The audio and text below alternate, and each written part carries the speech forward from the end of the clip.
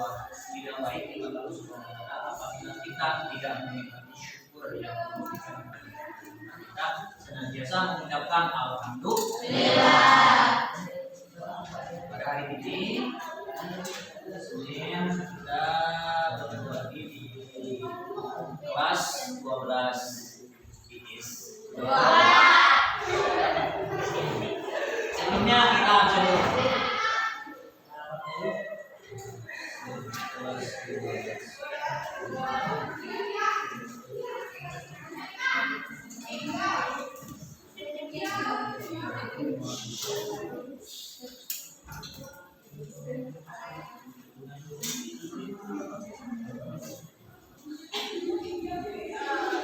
Ahmad Faisal, Asep Rahmat, Ayu Rahayu dari JD. Yang ini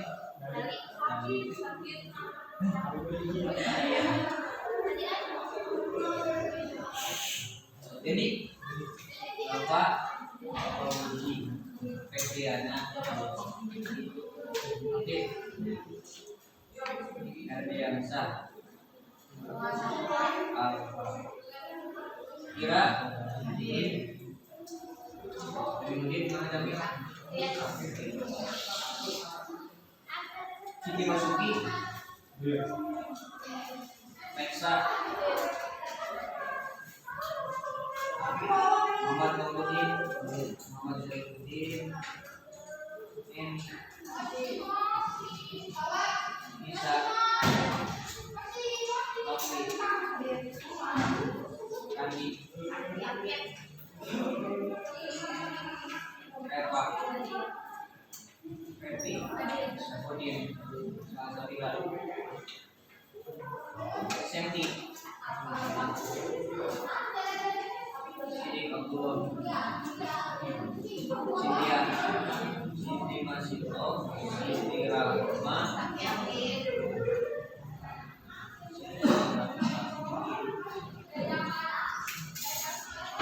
Sohab, Dia, Dudin, Yanti. Ada yang apa? Ada yang sakit. Tapi kita doakan untuk khusus yang sakit dan khusus teman sekelas kita dan umumnya jangan sakit. Semoga Allah sembuh. Amin. Sebelumnya kita sudah mempelajari yang namanya strategi dakwah Islam di Indonesia. Berarti ini sebuah cara yang dilakukan oleh penyebar agama Islam. Ini mutlak bahwasanya Islam sebelum merambah sebagai Indonesia yang menjadikan mayoritas umat Islam paling besar di dunia. Di cikal bakal bagaimana Islam itu masuk di Indonesia. Sebelumnya ada yang namanya jalur masuknya, itu udah lewat. Nah, kita akan membahas strategi apakah saja yang dilakukan oleh penyebar agama Islam. Dan perlu diketahui bahwasanya agama Islam itu tidak seperti agama yang lain. Kalau membandingkan bukan menjadikan kesombongan, betul. Tapi kita melihat dari sejarah, kacamata sejarah bahwasanya agama Islam itu tidak ada paksaan, tidak secara penjajahan untuk memeluk agama Islam. Namun dengan secara berdamai. Mau berdamai? Salaman. Tidak serius. Jadi tidak menyinggung hati orang lain, hati ataupun secara fisik, secara berdamai. Itu yang dilakukan oleh penyebar agama Islam. Itu yang paling kita harus ketahui. Selanjutnya, apakah Islam itu mempunyai sebuah tujuan? Justru mempunyai sebuah tujuan besar, karena dari sebagai nabi yang pertama mendapatkan risalah dari Allah dan dari malaikat Jibril, kalau tidak salah kelas 10 Nabi Muhammad pernah ada kebingungan bagaimana supaya Islam bisa masuk ke penjuru dunia. Karena kita bahwasanya ketahui Islam itu berpusat di antara Mekah dan Madinah. Mekah juga di kafir Quraisy itu ada intimidasi sehingga pindah ke Habasah, Qotongim dan yang terakhir ke Madinah. Di Madinah dan sebagai tempat beliau wafatnya dan dimakamkan, pernah terbenak bagaimana Islam itu yang namanya rahmatan lil alamin. Sedangkan yang namanya agama itu harus ada dakwah, penyampaian. Alhamdulillah dari Nabi Muhammad ada yang namanya sahabat, terus ada tabi'in, ada imam, ada yang namanya ulama khalaf, ulama salaf, ada yang namanya ulama masyriq wal maghrib. Nah, sampai ke sekarang kita ada yang namanya ulama mujaddi, ada juga ya ulama. Nah, ini yang termasuk sekarang yang menyebarkan agama Islam, para ulama itu gigih bersungguh-sungguh supaya Islam menyebar, melihat dari sejarah Rasul itu mengirimkan Islam yang rahmatan lil alamin seluruh dunia. Dimengerti? Nah, apa saja strategi yang dilakukan? Kita lihat yang pertama dengan cara perdagangan. Ini secara dohir, secara aktivitas. Di sisi lain ada keuntungan untuk kehidupan sehari-hari atau duniawi, dan di sisi lain yang paling utama juga ada keuntungan untuk menjadikan seseorang mengenal agama Islam dan menyembah Tuhan yang paling hak, yaitu kepada Allah Subhanahu wa Ta'ala. Dengan dua ini yang tadi perdagangan dan punya tujuan supaya menyebar agama Islam. Di tahun berapakah perdagangan ini ada dalam sejarah? Abad 7. Kita hidup di abad berapa? Abad. Jadi sekian lama ke belakang bahwasanya Islam sudah ada masuk ke Indonesia dalam sejarah melalui perdagangan. Pak, dagang apa ya? Dagang cimol, dagang sabu, tidak seperti itu. Karena kita bahwasanya ketahui dari sejarah makanan pokok mungkin diantaranya rempah. Kalau sekarang mah pernak-pernik makanan buah-buah itu banyak. Tapi kalau yang untuk makanan pokok yang dikatakan sambil menyebarkan agama Islam. Bahkan di Indonesia ada yang terkenal karena hasil dari bukan efek, dari tujuan dari melakukan strategi perdagangan. Ada yang namanya satu kerajaan, yaitu kalau tidak salah Kerajaan Samudra Pasai. Terletak di daerah apa? Aceh. Dan Aceh juga terkenal dengan Serabi Mekah. Dengan dijadikan satu daerah di antara daerah Indonesia yang bisa menjalankan syariat Islam, terutama dengan hukum Islam. Contohkan, ketika ada yang mencuri satu kali dengan nominal uang tertentu, maka ketika satu kali ketahuan mencuri dipotong satu dengan nominal tertentu. Ketika nominal di bawah tertentu, ketika standar nominal ke atas, maka bisa dipotong.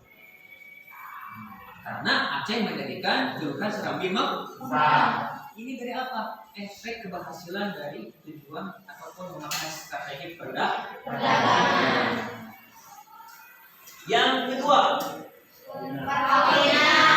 strategi yang dilakukan oleh para penyebar agama Islam untuk ulama-ulama terdahulu adanya dengan perkawinan.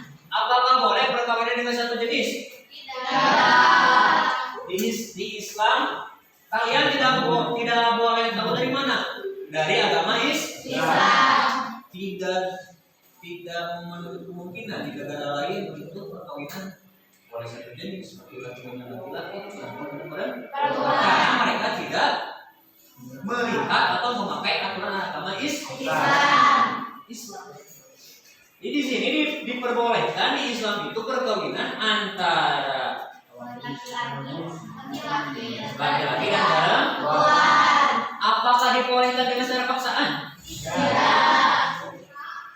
Ya, jadi mereka yang melakukan perkawinan dari pihak luar menikahi istri perempuan Indonesia kebanyakannya ataupun kebalikan bisa entah perempuan dari luar yang menyebarkan agama Islam ataupun kebalikannya laki-laki yang menikahi wanita asal Indonesia.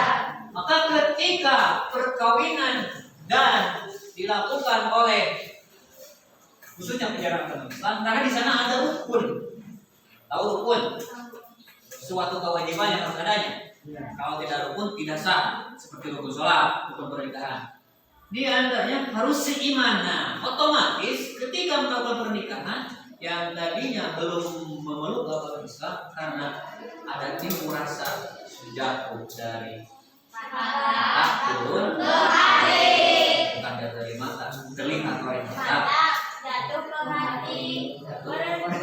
Tapi kebanyakan istilah jatuh mata turun hati. Baiknya dari mata turun ke hati. Maka adanya perkawinan yang tadinya bukan non muslim bisa jadi muslim karena mengikuti yang agama muslim. Nah, ini harus kena syarat seperti itu. Biasanya ketika suatu pasangan-pasangan menjadi keluarga sudah sah, biasanya Allah karuniakan sebuah keturunan. Maka keturunan itu akan dibimbing atau dibiarkan. Pasti dibimbing oleh siapa? Kalau mampu yaitu sebagai orang tua. Kalau tidak mampu kita titipkan kepada yang mampu di bidang ilmunya. Maka orang tua mengarahkan, kamu harus mengenal yang namanya Tuhan Allah dan Rasulnya.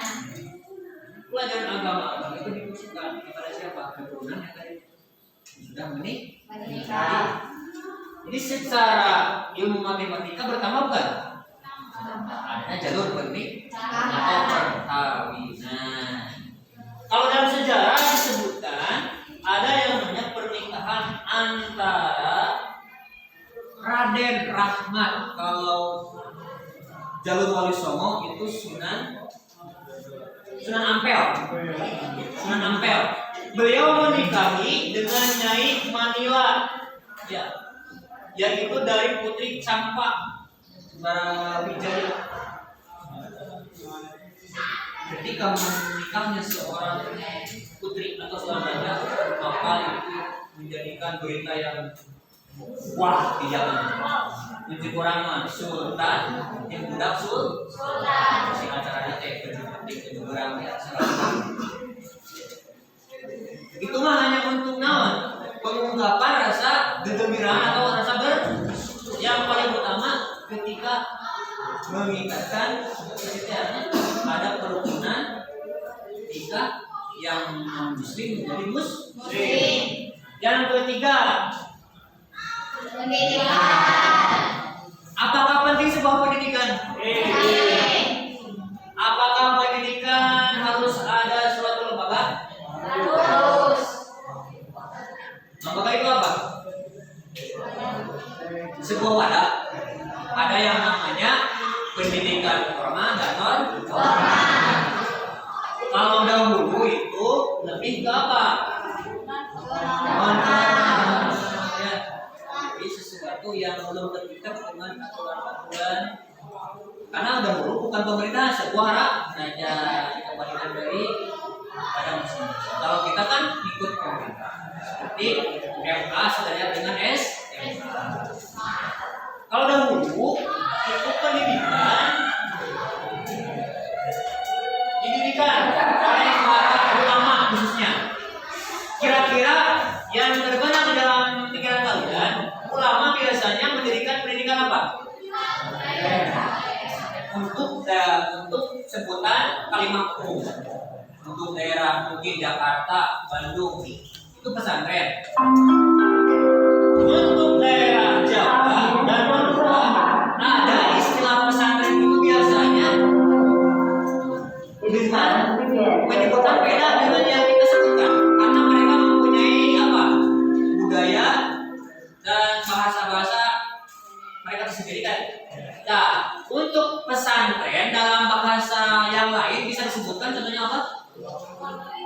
Pondok. Apa lagi?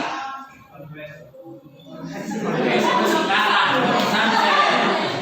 Nah, kita kembali lagi ke Serambi Mekah, yaitu di Aceh ada yang namanya pendidikan yang disebutkan dengan daya.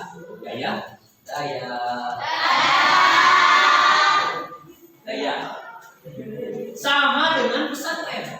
Itu disebutkannya daya. Lalu ada yang namanya di daerah Minangkabau. Tahu Minangkabau? Pernah ke sana? Makan semua. Bisa seorang itu Minangkabau. Amin. Dikenal dengan istilah surau. Ada Minangkabau surau, ada di Aceh. Dan kalau Kalimantan umum di Bandung khususnya pesantren.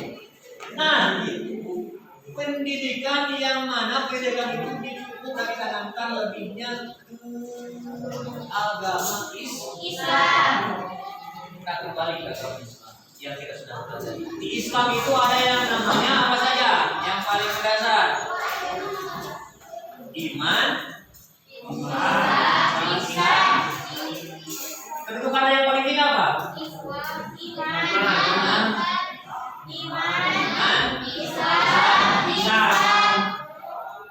Islam. Iman itu apa? Saya.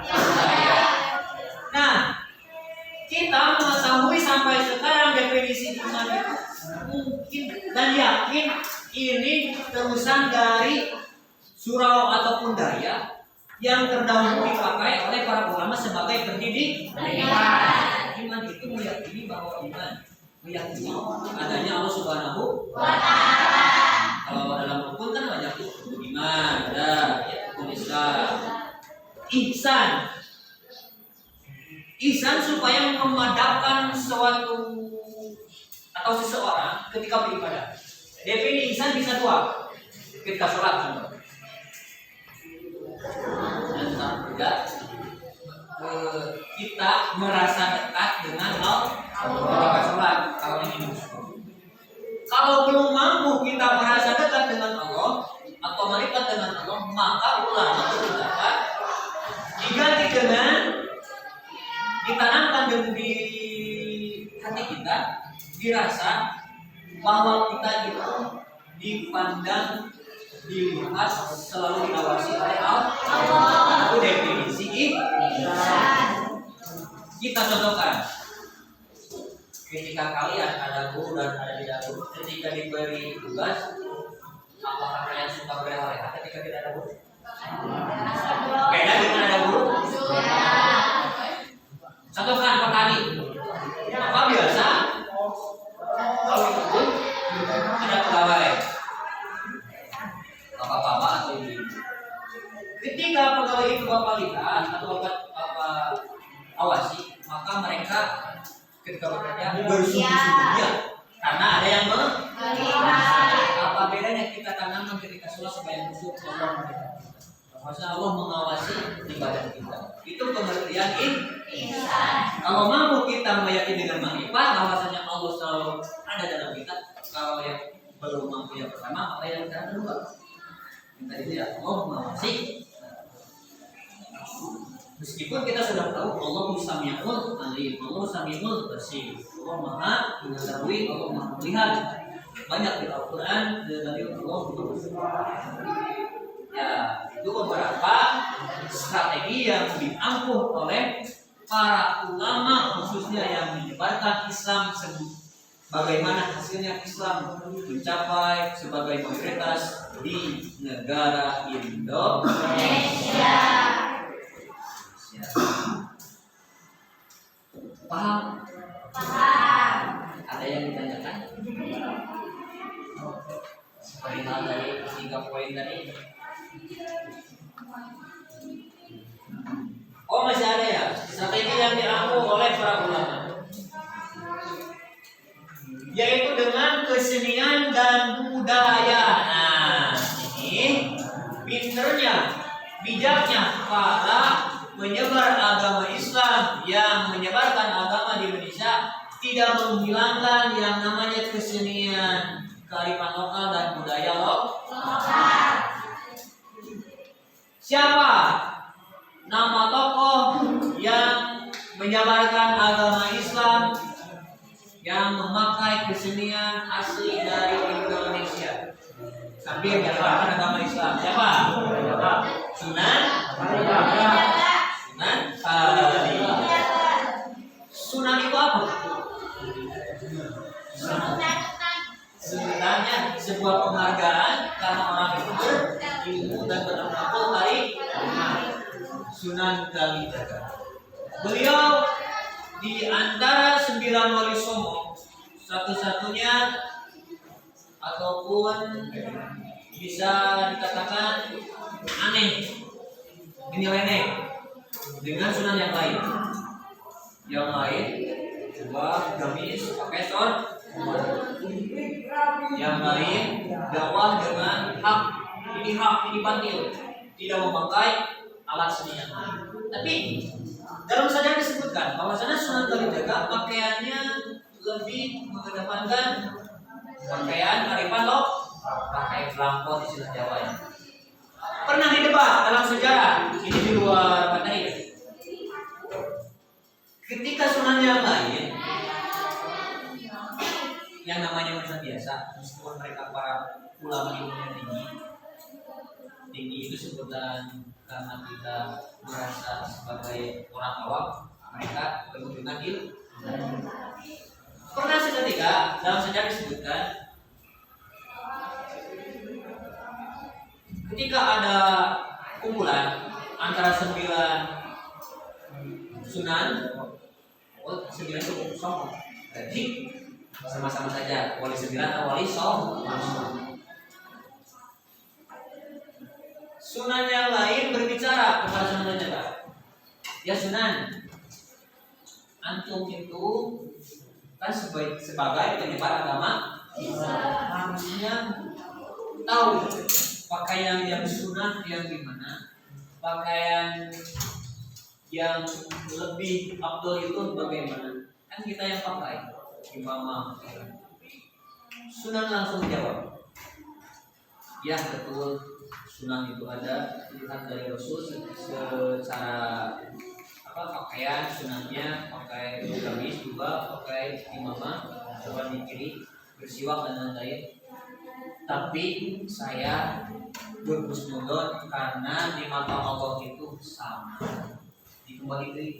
Jadi kan yang tadinya mau berdebat, sunnah yang delapan tadi, akhirnya dikembalikan ke Allah makalah. Jadi semuanya itu keilmuan Sunan Kalijaga emang terlihat bahwasanya Sunan Kalijaga bisa menjaga pendapat dari 8 sunan. Meskipun sunan itu berbekal ilmu dari pesunatan Rasul, tapi dikembalikan ke Allah memang betul kan? Allah memandang semua manusia sama, tidak memandang pakaian. Itu bukan sunnah keabdalan ketika beribadah. Contoh untuk laki-laki disunahkan bersiwak, disunahkan sorban di kiri atau di kanan, pakai piyama, pakai apa lagi? Warna itu sunnah, apa? Sunan Kalijaga menjaga. Lalu Sunan Kalijaga itu melakukan dakwahnya dengan cara apa? Mengembangkan seni dan budaya lokal. Apa saja seninya? Pementasan wayang. Bahwasanya wayang disukai digemari oleh masyarakat Indonesia. Waktu dahulu dan sampai sekarang. Karena begini, beliau cerdas. Bagaimana caranya mengumpulkan orang banyak? Kata siapa? Sunan Kalijaga. Pakai uang. Bisi sampai dilihat. Oh, orang itu berkumpul ketika adanya pementasan wayang. Karena wayang itu zaman dulu dikhususkan untuk hiburan para raja dengan hari-hari tertentu kan. Kalau sekarang mah banyak kan hari-harinya. Nah, jadi hiburan wayang itu sangat digemari oleh masyarakat terdahulu. Dan yang bisa menyaksikan hanya orang tertentu, contohnya raja dan selir dan mungkin jajaran-jajaran dari raja. Setelah itu dengan keilmuan agama dan keilmuan keseniannya, Sunan Kalijaga maka memberitahukan akan menampilkan sebuah kesenian dengan gratis. Dengan gratis. Karena zaman dahulu itu uang memang udah dipakai. Istilahnya nama ringgit, uang kerajaan. Kan kertas belum ada. Koin. Nah, digratiskan kepada siapa? Kepada masyarakat yang ingin menonton pertunjukan yang akan dipentaskan oleh siapa? Sunan Kalijaga. Maka masyarakat berbondong-bondong ketika mendengar kabar itu. Ketika sekali pentas masyarakat banyak, maka Sunan Kalijaga dengan tidak menghilangkan, apalagi mengganti wayang dengan juga enggak. Ya si wayang itu. Contoh untuk pewayangan siapa aja namanya?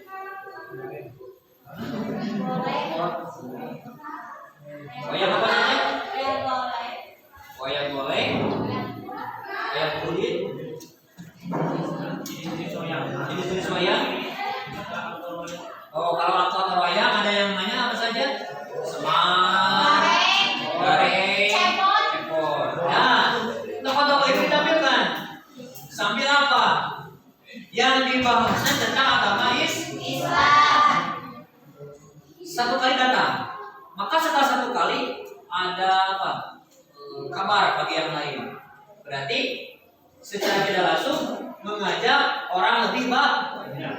Untuk selanjutnya maka Sunan Kalijaga menerapkan silakan menonton, tapi kalian semua harus mengucapkan kalimat syahadat. Gimana bunyi kalimat syahadat? Asyhadu an la ilaha illallah wa asyhadu anna Muhammadar Rasulullah.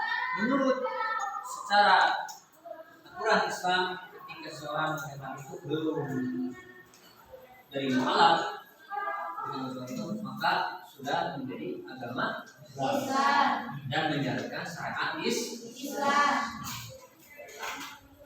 Hebatnya para ulama untuk membujuk agar masyarakat Indonesia mau menerima apalagi memeluk agama Islam. Dan juga para wali songo yang lain tadi menyambung yaitu seni dan budaya. Para wali songo membangun tempat ibadah disebut masjid. Nah, bentuk masjid itu di Indonesia pasti beda dengan negara lain. Nah, bentuk yang Indonesia khususnya itu tidak menghilangkan ciri khas dari budaya kesenian Indonesia. Tidak menghilangkan kesenian dan budaya Indonesia. Kita lihat. Apakah genteng itu di setiap negara ada? Genteng yang terbuat dengan liat. Tapi di kita kan ada yang paling baru. Ada. Apakah itu sebuah karya dari orang Indonesia yang terbuat dari tanah liat? Itu guci kan, guci genteng. Nah itu dipakai genteng ataupun guci.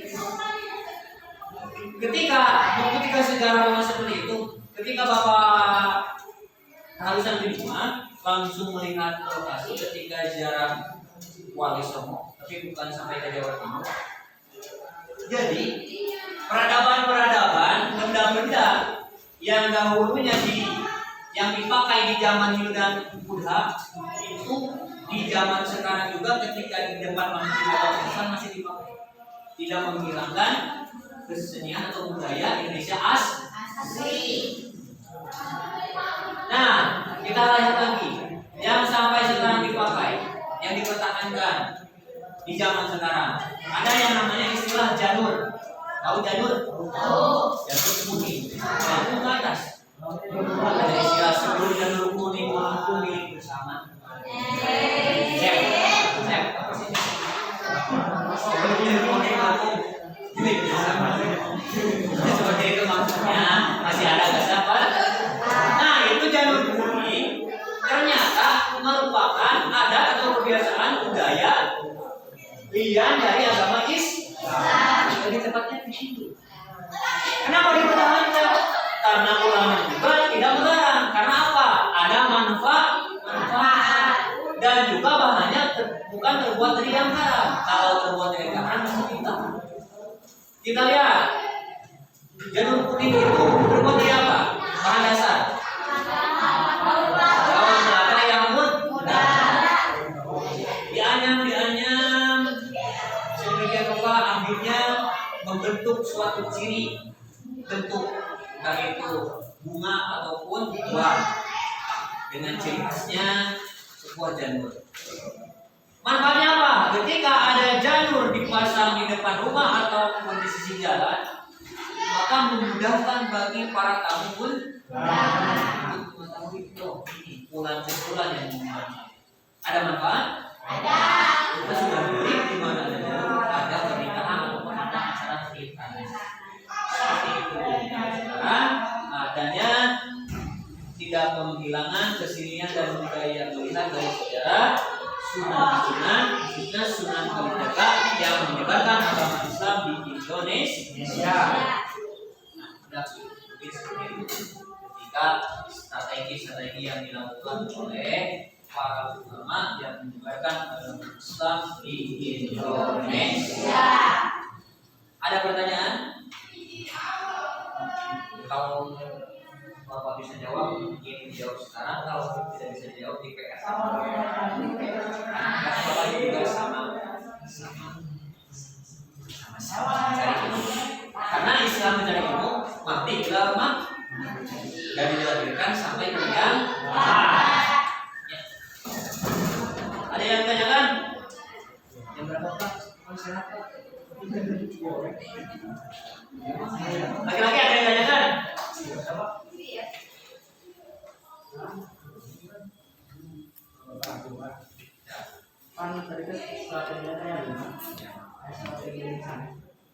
Strategi yang lain ada, namun yang sering digunakan dan tercatat dalam sejarah itu dengan tadi poin-poin yang sudah disampaikan. Tidak menutup kemungkinan kita sebagai penerus dakwah Islam kan ada istilah sampaikanlah walau satu ayat surah. Kita mempunyai ilmu sedikit, maka kita sebaiknya diamalkan. Makanya ada keterangan sampaikanlah walau satu ayat. Untuk kalian sebagai para siswa atau siswi yang sedang mencari ilmu, manfaatkanlah yang kita punya. Sampaikanlah walau satu. Mungkin kalian mau strategi yang baru, beda dari yang tadi terdahulu, silahkan. Sepanjang itu tidak keluar dari koridor agama Islam. Tidak ada namanya membentak, tidak ada namanya paksaan, tidak ada namanya singgungan kepada orang lain. Silahkan untuk menambah wawasan bagi orang lain dan berbagi ilmu apa yang kita punya.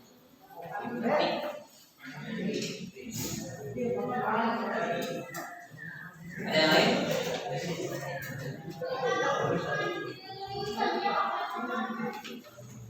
Kalau tidak ada, mungkin pertemuan kali ini tentang poin-poin strategi kita ulangi lagi supaya kita ubah. Yang pertama apa? Perdagangan. Dalam sejarah disebutkan siapa yang membuat perdagangan? Ya, saudagar itu. Tapi tepatnya daerah mana?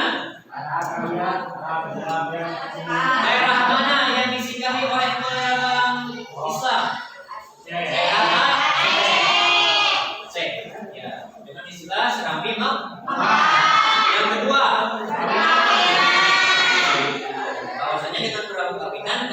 ada yang pun harus dalam agama Islam ya. Kalau rukun mutlak untuk pernikahan itu ada wali, ada calon, dan beberapa rukun yang lainnya. Jadi yang menjadikan wajib untuk pernikahan atau perkawinan di Islam itu harus seiman. Dalam sejarah disebutkan pernikahan siapa? Raden Rama. Beliau sosok Raden Sopan. Pakai gelar Raden Rama atau Sunan Ampel. Dengan siapa? Putri malu putri apa? Putri Duyung. Putri siapa? Putri Cangkang. Ya. Yang ketiga. Jadi ada ilmu yang diberikan, ada juga sebuah lembaga atau wadah untuk melaksanakan pendidikan. Kalau di kita dengan istilah apa? Pesantren atau sekolah. Kalau zaman dahulu di daerah lain ada? Ya, seperti yang apa saja? Jadi apa? Ya, yang lainnya?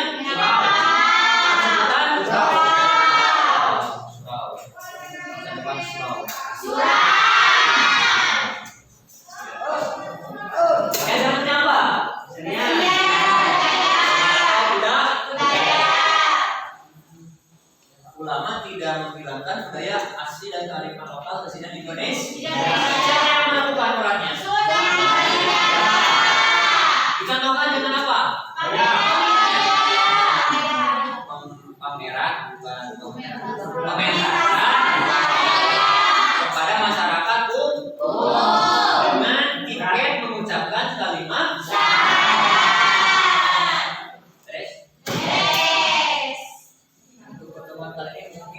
sekian.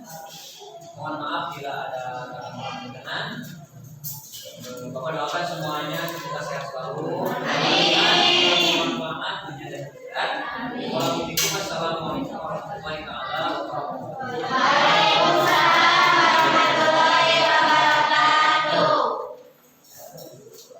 Tepuk tangan dulu buat